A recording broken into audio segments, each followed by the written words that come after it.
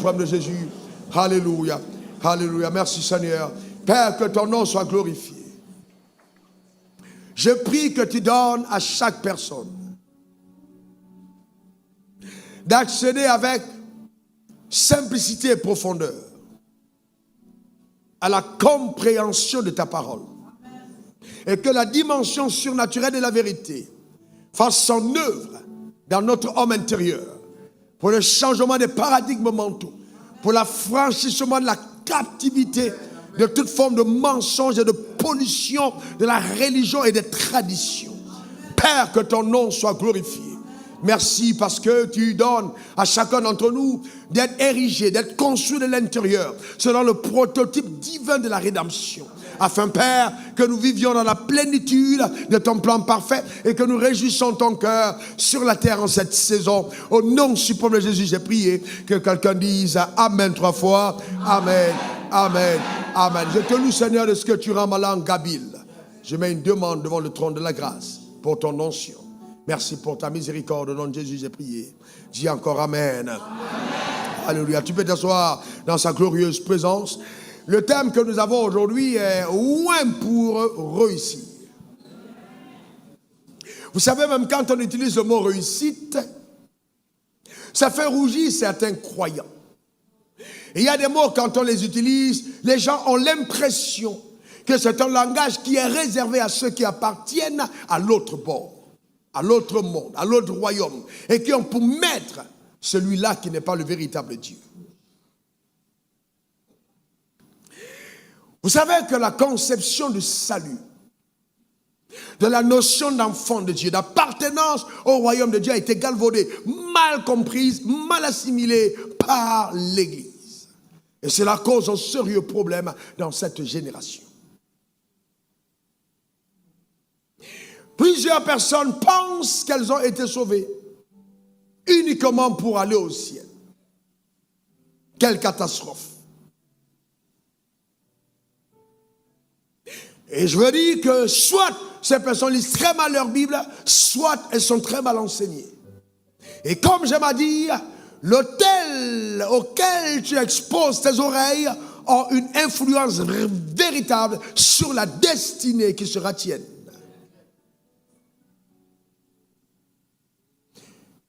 Donc faites très attention. La Bible dit dans Matthieu 5, verset 13 à 15, vous êtes le sel de la terre. On est le sel de la terre. Le sel de la terre. Mais si le sel perd sa saveur, avec quoi la lui rendra-t-on? Il ne sert plus qu'à être jeté dehors et foulé aux pieds par les hommes. La Bible n'a pas dit vous êtes le sel du ciel, mais le sel de la terre. Parce que l'endroit qui a besoin de saveur, c'est la terre. L'endroit où il a été endommagé, c'est la terre. L'endroit où Satan est en train de sévir, c'est la terre. Et Dieu dit, vous êtes le sel de la terre. Donc chacun d'entre nous doit jouer son rôle sur terre. Dans le couloir où Dieu l'a placé, en y apportant la saveur divine. Et que par nos actions, les gens se rendent compte de quel type de vie Dieu avait initialement réservé aux hommes quand il les a créés. Vous êtes la lumière du monde. Une ville qui est située sur une montagne ne peut être cachée. La Bible dit une ville qui est située sur une montagne ne peut être cachée. Pendant longtemps, les croyants ont eu peur de l'élévation, peur de l'exposition. Mais la lumière est faite pour être révélée, exposée. Elle est faite pour briller. Je lève ma main vers le ciel. J'engage ces paroles sur ta vie. Je décrète que tu ne resteras pas sous la table. Mais sur la table, donne-moi ton meilleur. Amen. On ne peut pas te cacher longtemps parce que ta place n'est pas sous la table. Tu es fait pour rayonner et briller dans le couloir de ton appel. On n'allume pas une lampe pour la mettre sous le boisseau, mais on la met sur le chandelier et elle éclaire tous ceux qui sont dans la maison. La société dans laquelle nous vivons a besoin d'être visitée par Dieu. Et Dieu a fait de toi et de moi des agents de transformation de cette société. Et dans tous les secteurs, Dieu a envie que nous nous impliquions. 7 secteurs majeurs. Premièrement, le rayonnement dans les familles. J'ai dit quoi? Dans les familles. Afin que le prototype divin de la vie familiale soit vu au travers des croyants, dans les familles. Et j'ajoute en disant qu'un homme qui a réussi dans la société, mais qui a échoué dans sa famille, a échoué dans l'essentiel de son appel. J'ai dit quoi? La famille. dans ton leadership et ton habileté se démontre par ta capacité à prendre soin de ta famille. Une femme véritable ne se fait pas savoir par son habileté à avoir de belles tresses ou s'habiller de façon très coquette, mais sa capacité à être une vraie épouse et une bonne mère. Il est important et impérial que nous réconsidérons la famille. Et de deux, les médias, la communication, les médias. La montagne des médias, on doit conquérir cette montagne, les médias. Pendant longtemps, on a mis de côté, voyez-vous, les secteurs comme les médias. Les médias, c'est très important.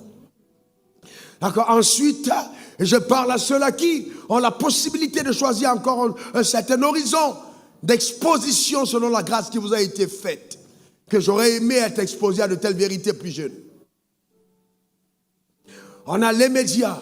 Et après les médias, vous avez l'éducation. Vous avez l'éducation.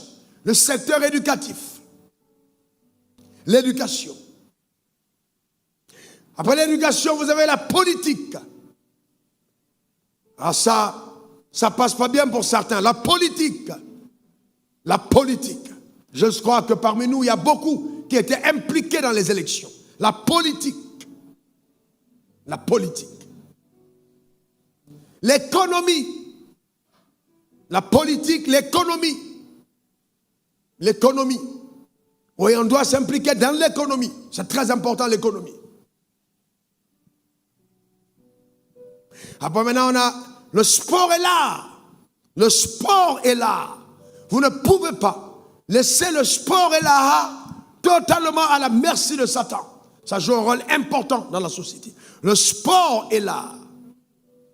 Et septième montagne à conquérir par l'Église, c'est la montagne de la religion. La montagne de la religion. Et Satan sait que les hommes ont dans leur subconscient la conscience de Dieu. Et alors, quelque part, il va tout faire pour infiltrer la religion. Parce que voyez-vous, celui qui contrôle la religion contrôle la moitié des hommes. La religion. Et donc, c'est pour ça que quand on parle de l'onction, il faut bien comprendre que l'onction que Dieu déverse sur le croyant aide le croyant à conquérir une de ces montagnes. Ou au moins une de ces montagnes.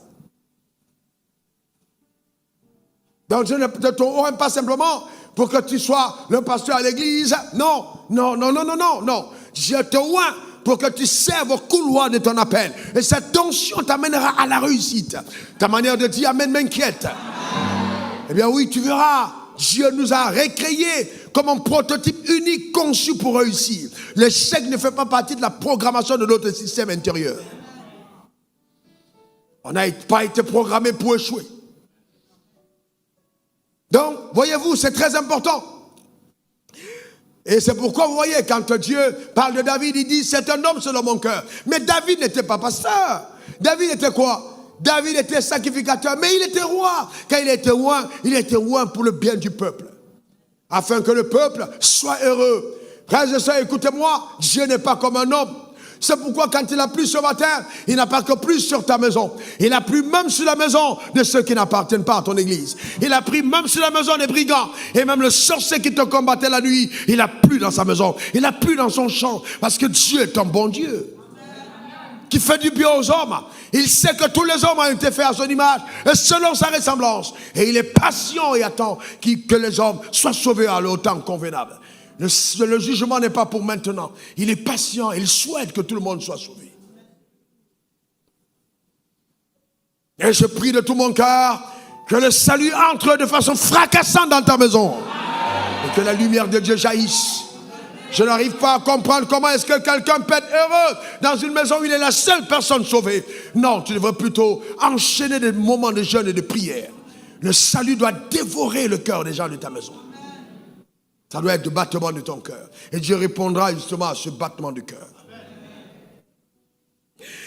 Donc quand David était loin pour, voyez-vous, gouverner le peuple. Et aujourd'hui, vous savez, quand on parle de politique, les gens, non, laissez la politique. Dieu ne nous a pas appelés à être politiciens. Quelle ignorance! Quelle ignorance! Certains d'entre vous devraient entrer en politique. C'est le domaine, la raison pour laquelle vous êtes nés. Et qu'au futur municipal, et que quand on cherchera les futurs députés dans ce pays, que dans cette église, dans cette communauté, dans le corps de Christ, on a une multitude de candidats. Donne-moi ton meilleur amen. Nous ne pouvons pas passer notre temps à critiquer les hommes politiques alors que nous n'avons pas formé dans nos communautés. On doit les former à l'église. On doit les former à l'église. C'est à eux qu'on demande les terrains pour bâtir les tables. Et c'est eux qui ne donnent pas l'autorisation de construire. Mais comment allons-nous avoir le règne de Dieu si, aux endroits décisionnels, nous n'avons pas de personnes qui sont placées? Il faut qu'on les place. Et pour les placer, il faut les préparer. Et le message d'aujourd'hui, c'est pour te préparer à t'introduire dans le couloir de ta destinée. Ta manière de dire amen m'inquiète.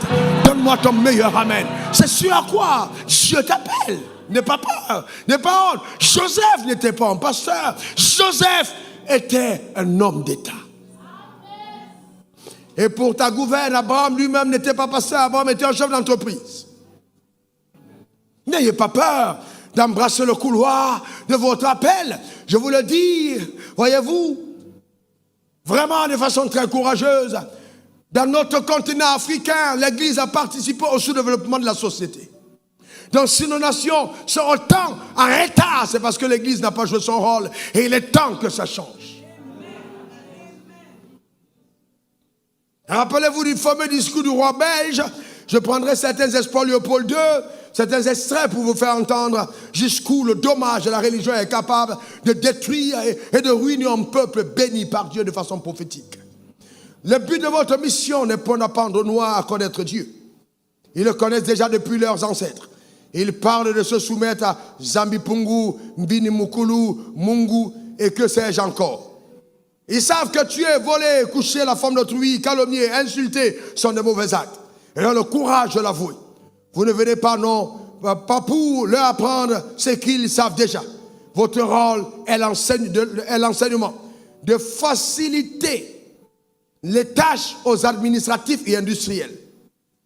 C'est donc dit que vous interpréterez l'évangile de façon qui sert à mieux nos intérêts dans cette partie du monde. Pour ce faire, veillez désintéresser nos sauvages noirs des richesses dont regorge leur sol et sous-sol pour éviter qu'ils s'y intéressent. Qu'ils ne nous fassent aucune concurrence meurtrière et qu'ils rêvent un jour nous déloger de cette partie avant qu'on ne s'enrichisse. Notre connaissance de l'évangile nous permettra de trouver des textes recommandant de faire aimer la pauvreté, tels que heureux les pauvres en esprit, car le royaume de Dieu est à eux. Il est difficile à un riche d'entrer au ciel, car un cheval de passer dans le trou d'une aiguille. Vous ferez tout pour que les nègres aient peur de s'enrichir, pour mieux mériter le ciel. Les soutenir petit à petit pour éviter qu'ils se révoltent un jour. Voyez-vous de tels discours impérialistes et colonialistes pour limiter notre concept, amen, de Dieu. Quand on épouse la vérité, l'évangile a été complice. Et si aujourd'hui, nous continuons de parler en disant aux gens, vous n'avez pas le droit d'être riche, Dieu va vous bénir au ciel, vous serez heureux au ciel. Nous continuons de faire un mal criard à la société. Et nous sommes complices de Satan. Et que cela cesse. Je déclare établi que Dieu fait de toi un agent de changement dans la société. Donne-moi ton meilleur amen. Dis encore amen. Eh bien, vous voyez-vous, nous avons dans nos églises encouragé la paresse. Nous avons invité les gens à prier jour et nuit, 7 jours sur 7 dans les communautés. Les gens parlent en langue, ils parlent de multiples langues, ils savent jeûner, mais ils ne savent pas travailler. On a des jeunes gens qui, après avoir entendu des beaux messages sur le mariage ou des prophéties, vont chercher une femme sans avoir trouvé un travail. Ou alors pensent que la voie de l'exil par la mer est la seule opportunité afin qu'ils deviennent quelqu'un sous le soleil. Quelle aberration. Nous faisons le voyage inverse. Alors que ceux là-bas, ils quittent en étant qu'un simple maçon et arrivent ici chef d'entreprise et s'enrichissent sous nos yeux. Comme si quelque part nous avons été aveuglés. Et nous nous accusons nos gouvernants. Alors que nous devons accuser l'autel de l'église. Qui ne dit pas au peuple qu'est-ce que nous devons faire pour que nos nations se développent. Il est temps que ça change. Il est temps qu'on ait l'émergence d'un nouvel Africain, d'un nouvel Européen. Qu'il est temps que ça change. Donne-moi ton meilleur amen. Dis encore amen. Et c'est très important. Je n'ai pas envie de me retrouver sous la terre et que mon passage sur terre n'ait pas servi à franchir en tant soit peu à notre société. À quoi cela aura servi? Il est important que chacun d'entre nous prenions conscience de ce que Dieu dépend de nous. Si tu pouvais savoir ce que Dieu a investi pour faire de toi un agent de changement, tu ne te tairais pas, tu ne t'asserais pas là, mais tu te diras, il faut que ça passe par moi, quel que soit le secteur où Dieu t'a placé dans les 7 montagnes, que quelque chose soit fait. La Bible dit dans 1 Jean 5,4, tout ce qui est né de Dieu triomphe du monde. Tout ce qui est né de Dieu triomphe du monde. Tout ce qui est né de Dieu triomphe du monde. Et la victoire qui triomphe du monde, c'est notre foi. Il est temps que ta foi t'amène à triompher du monde. Ta manière de dire amen m'inquiète. La Bible n'a pas dit que tout ce qui est né de Dieu va au ciel. Mais tout ce qui est né de Dieu triomphe du monde. Ça veut dire qu'il y aura des combats, il y aura l'adversité. Parce que quand on parle de triomphe, on parle de combat. Mesdames, mesdemoiselles et messieurs, n'ayez pas peur de livrer les combats. Ils sont indispensables pour révéler la raison de votre existence. Donnez-moi votre meilleur amen. Dites encore amen. C'est ce que nous devons faire. Chacun d'entre nous livre les combats qui se rattachent à notre destinée. À cette étape de mon discours, alors de mon prêche, certaines personnes disent, je vous avais bien dit, cet homme, il est plus un motivateur qu'un homme de Dieu. Alors je voudrais vous dire une chose, frères et sœurs. Si vous avez reçu la vie de Dieu en vous, alors ce discours est le discours que vous devez entendre dans cette saison. Parce que vous savez quoi? Votre famille pleure et vous attend. Votre pays pleure et vous attend. Votre Afrique pleure et vous attend. Et vous ne pouvez pas vous permettre de croire que vous êtes né là où vous êtes né par hasard. Il y a quelque chose que vous devez faire.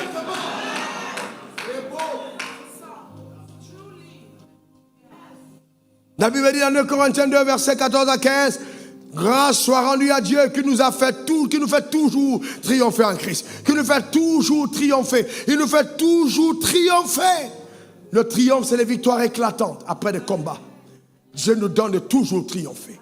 Je lève ma main vers le ciel, je déclare établi que tu triompheras dans ton couloir. Tu triompheras dans ton couloir. Tu triompheras dans ton couloir. Dans le nom suprême de Jésus.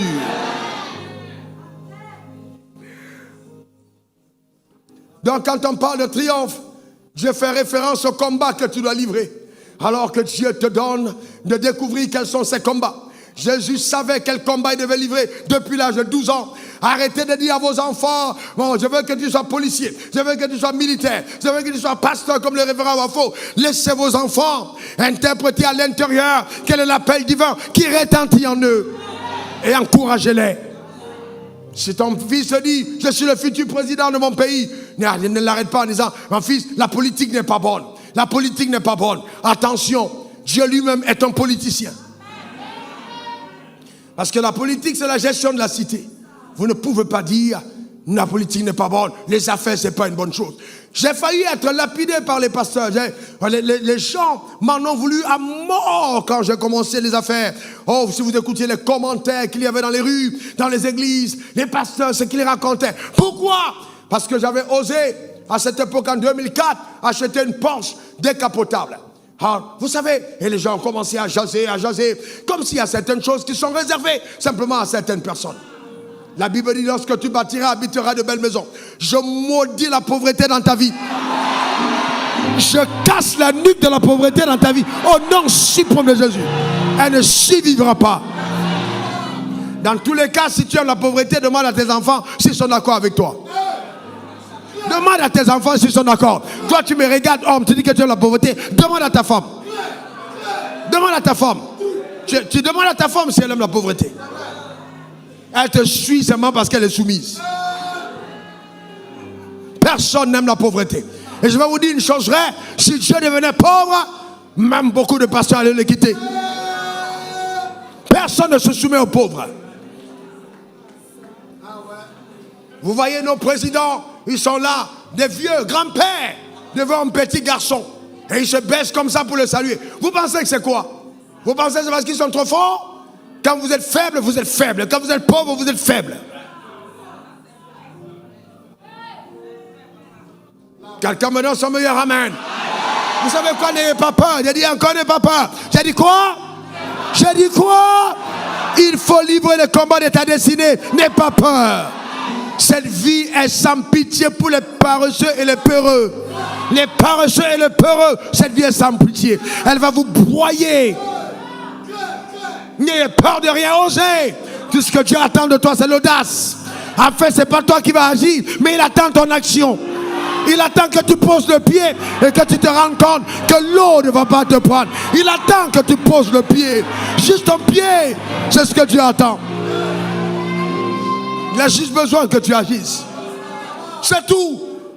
Il n'a pas besoin d'autre chose. C'est que tu ne poses pas et tu vas voir ce que Dieu va faire. Tu es là, assis dans la barque de la tradition. Tu n'as pas honte, sors de là. Tu ne peux pas voir le Saint-Esprit et être anonyme.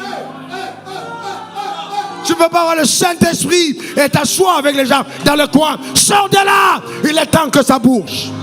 Il faut faire bouger les lignes. Il faut que ce soit authentique, pragmatique, vrai. Comment peux-tu dormir la nuit jusqu'au matin? Tu as 12 heures, 13 heures de sommeil. Alors qu'en fait, rien ne marche dans ta vie. Il faut te lever. Si tu dis que tu pries, prie, on va voir un résultat. Prie, on va voir un résultat. Prie, on va voir un résultat. Il faut que quelque chose se passe dans ta vie. Tu es endetté. Tes enfants sont prêts à être livrés. Tes filles vont à la prostitution parce que tu n'as pas d'argent et tu parles contre la prospérité. Quel est ton problème? Quel est ton problème? Il faut que ça s'arrête. Il faut que ça s'arrête. Ah ouais, moi, vraiment. Mais tu pousses les riches chez eux. Les pauvres sont dans ton église. Tu ne pries jamais pour eux. Mais quand un riche t'appelle, tu te mets à genoux pour prendre le téléphone. Il faut que ça change. Il faut que Dieu nous sorte de cet esprit de retard et qu'il nous positionne à un autre niveau. Donne-moi encore ton meilleur amen. Il faut bien comprendre que ce sont nos victoires qui attestent que Dieu est avec nous. Et arrêtez de dire oui, vraiment les colons, on nous en fait ci, les colons. Mettez les colons de côté. Je ne prêche pas un langage contre les blancs. Je ne prêche pas un évangile de haine. Ceux qui sont dans la haine sont toujours en retard. Je parle d'un évangile d'amour. Car dans le royaume de Dieu, il n'y a ni blanc ni noir. Nous sommes tous faits à son image, selon sa ressemblance. Ils ont pris avantage parce qu'eux, quelque part, étaient intelligents. Il est temps pour nous maintenant d'être intelligents aussi. Ce n'est pas un discours de haine. Il n'y a pas question de haine.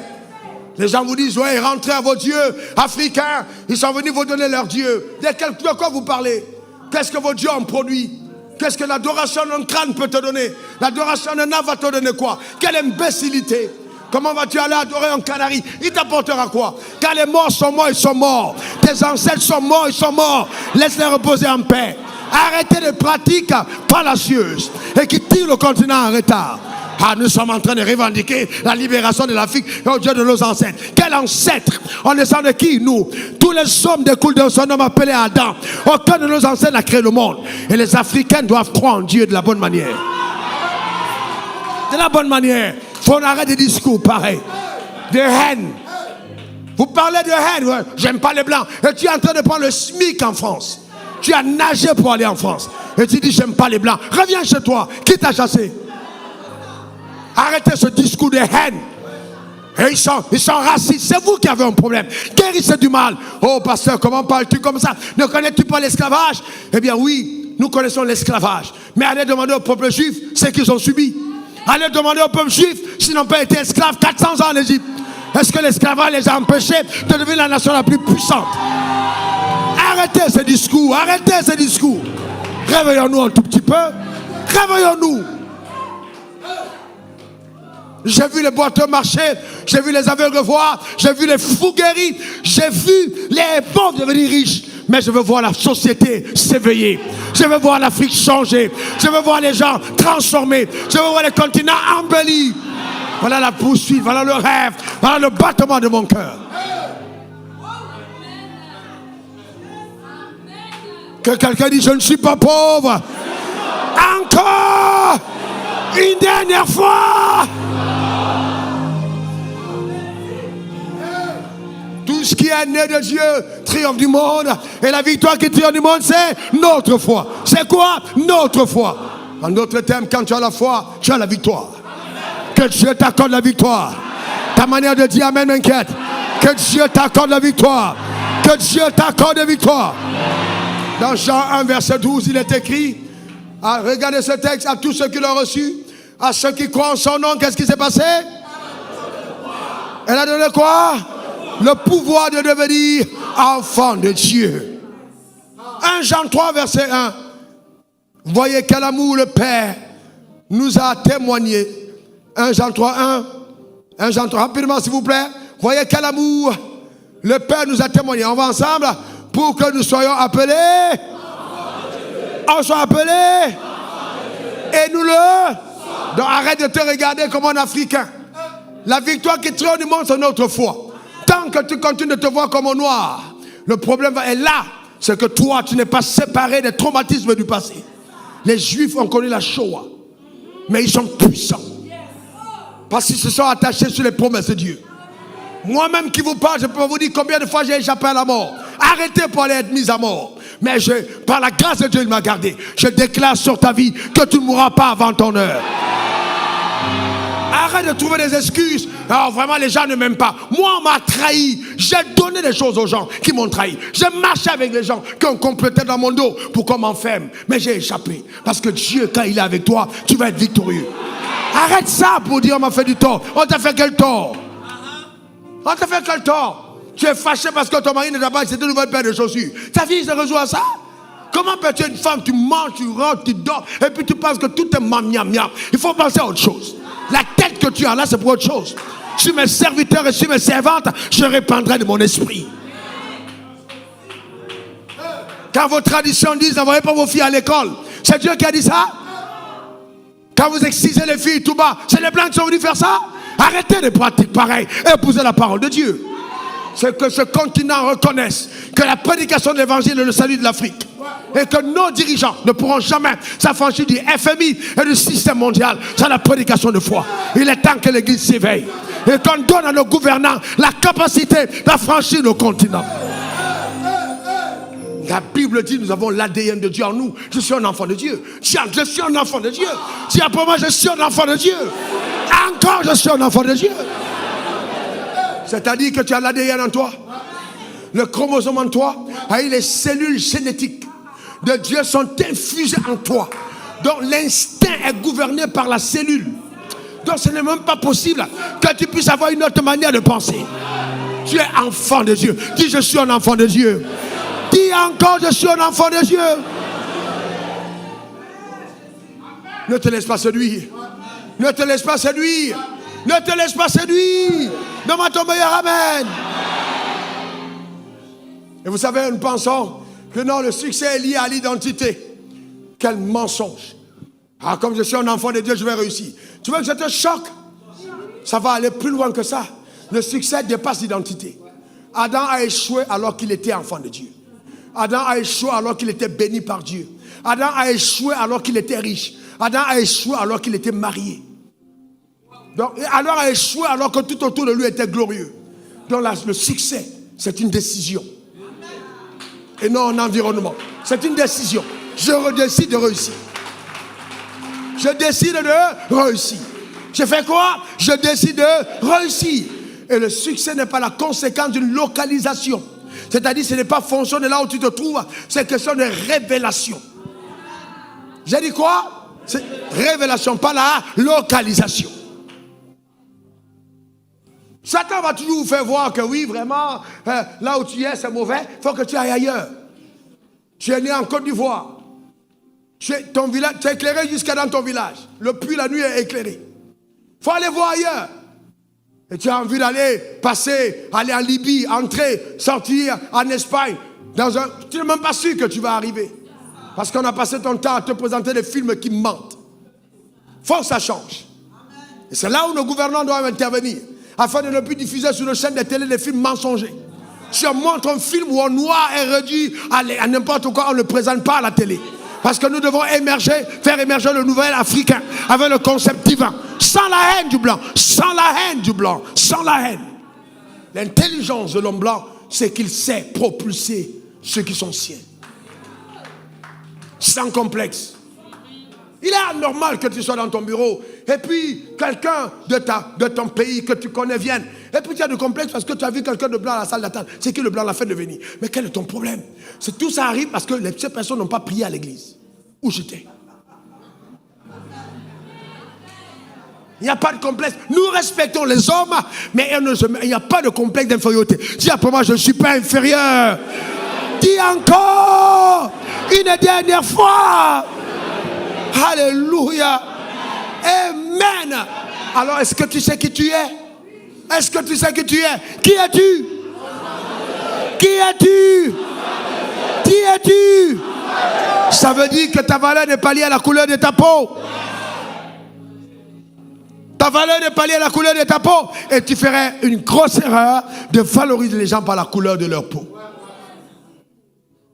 J'ai vu des blancs extrêmement adorables. Et j'ai vu des noirs extrêmement mécréants. Vous savez, ça n'a rien à voir avec la couleur de peau. Ça a tout à voir avec ce que les gens sont à l'intérieur. Donc nous devons marcher dans l'amour. Donc prends conscience de qui tu es. Prends conscience justement des valeurs qui sont tiennes. Prends conscience du continent dans lequel Dieu t'a passé. Valorise le pays où tu es. Célèbre Dieu pour vraiment l'environnement dans lequel tu te trouves. Même quand nous faisons la politique, faisons-la décemment.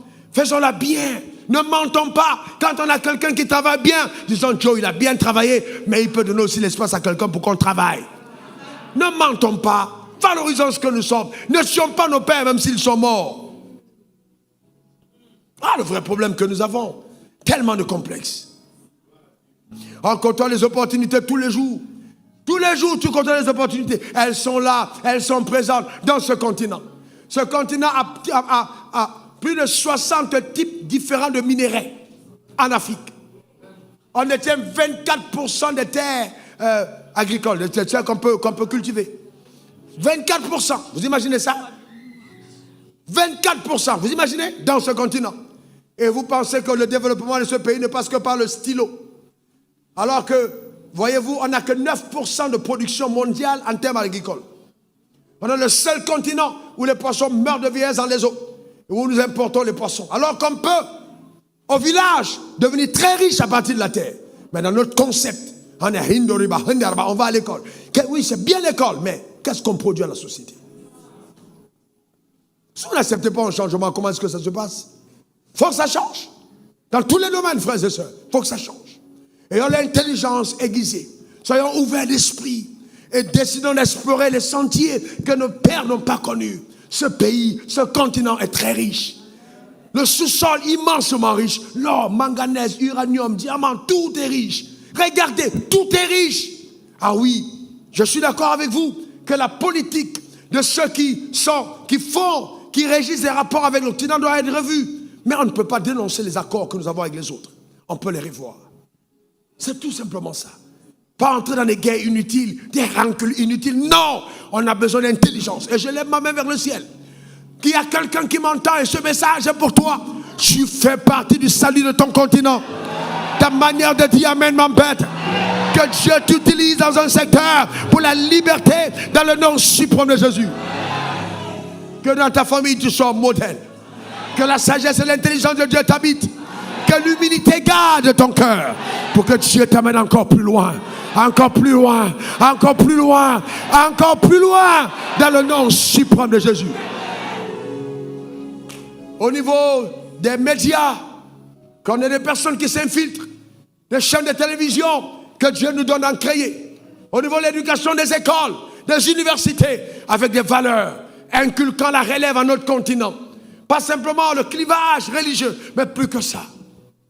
Dans la politique, qu'on ait des politiciens qui pensent au développement de leur pays, pas pour leur ventre.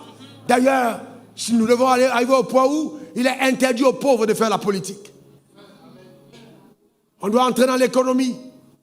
On doit se construire. Dans l'entrepreneuriat, gagner de l'argent pour le royaume des cieux. C'est très important qu'on soit riche. Dans l'éducation. Dans la religion. On doit former des gens qui vont perpétuer un discours équilibré, pas dogmatique. On arrive à la sphère le spectaculaire de l'évangile. Où on passe le temps à dire, oh Dieu m'a montré, il y a quelqu'un là-bas qui a un caleçon rouge. Prêche, oui, prêche. Tout ça, ça fait quoi? Honnêtement, ça a amené quoi?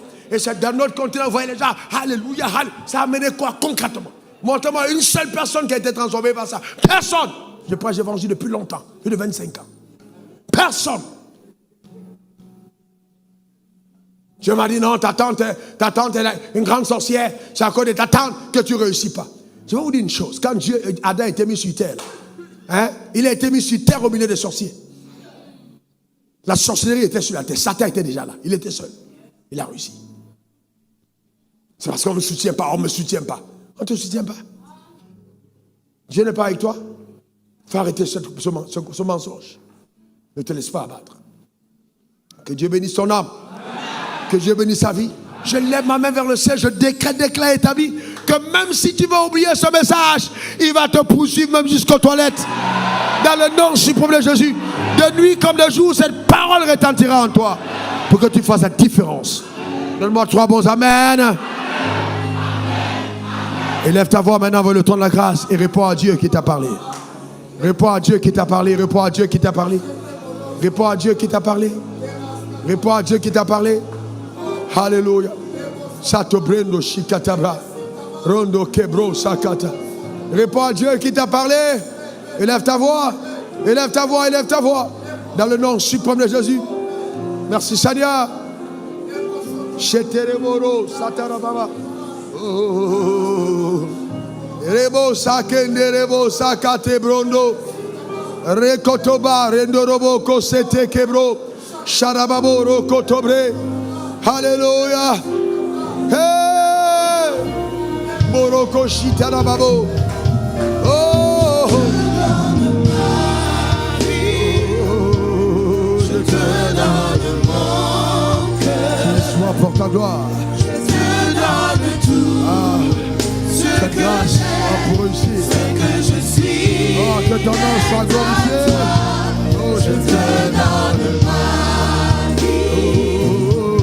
Je te donne mon cœur.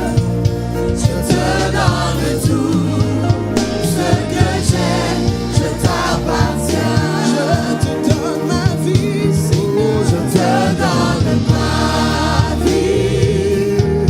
Je te donne mon cœur.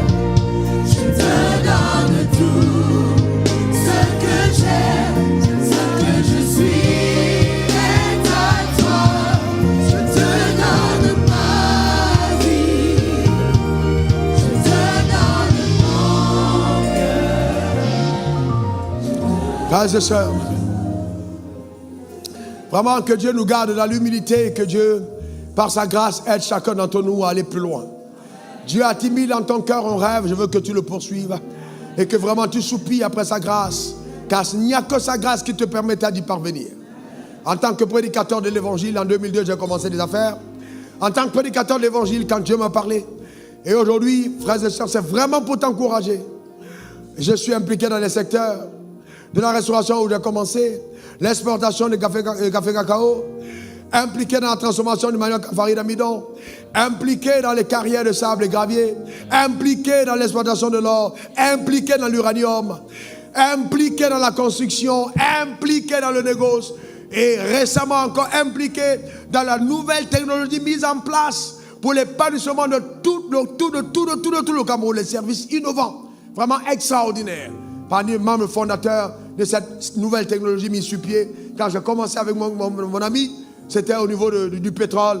Mais là, ce qu'il a fait, ingénieur hier, quand on parlait, il disait, tu es membre fondateur de cette plateforme. Si tu n'avais pas été là, on ne serait pas là où on est aujourd'hui. C'est par la grâce qu'il y a sur ta vie que ces choses ont été possibles.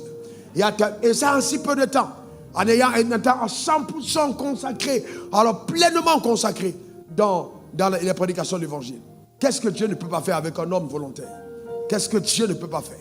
Est-ce que ça veut dire que c'est facile? Non. Mais Dieu n'a jamais voulu que les choses soient faciles. Il a voulu que ce soit possible. Il a voulu que ce soit possible, frère. Il faut seulement que tu te donnes davantage pour que le meilleur de Dieu sorte de toi. Mets ta main sur ton ventre. Je vais prier. Père, j'appelle à révélation le meilleur de Dieu. Au travers de ta vie, au nom suprême de Jésus. Que tout ce qui est influent en toi, que tu l'engendres. Ce mois est un mois d'enfantement et d'accomplissement. Que tu l'engendres au nom suprême de Jésus. Je refuse que tu meurs avec ce que Dieu a mis en toi. Dans le nom suprême de Jésus. Donne-moi ton meilleur amen. Dis encore amen. Une dernière fois amen. Je vous fais une déclaration qui peut être très choquante. Un croyant improductif est moins valorisé par Dieu comme païen productif. Je reprends.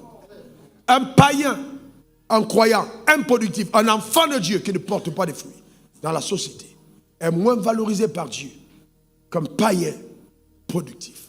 Ça veut dire quoi? Écoute-moi bien. Parce que cette personne porte des fruits pour Dieu dans la société. Sans avoir Dieu, Dieu fera tout pour se révéler à cette personne. Et celui qui a reçu le don de Dieu, mais qui ne sert pas Dieu avec ses dons, cette personne ira là où il y a des pleurs et des grincements dedans. Allez demander à celui qui avait un seul talent. L'un des plus grands mensonges de l'église, c'est de te faire croire que la consécration 24 heures sur 24 à prier à l'église est ce que Dieu attend de toi. Il a payé le prix de ta consécration. Maintenant, tu dois payer le prix de ta productivité. Il a payé le prix de ta consécration. Tu dois payer le prix de ta productivité. Si ta consécration ne t'amène pas à être productif, tu n'es pas consacré. Tu es séduit. Une consécration sans porter de fruits est une séduction. Ça veut dire que tu peux être à l'église 24 heures sur 24 et puis Dieu te frappe parce que tu es là tous les jours. Ah ouais, il te frappe, lui-même il te frappe. Il dit, tu fais quoi à l'église tous les jours? Est-ce que c'est ce qu'il t'a demandé de faire? Il y a un temps pour chaque chose, il y a un temps pour prier, un temps pour travailler. Quelqu'un qui ne fait que prier sans travailler est un paresseux. Et de telles personnes, Dieu n'aime pas.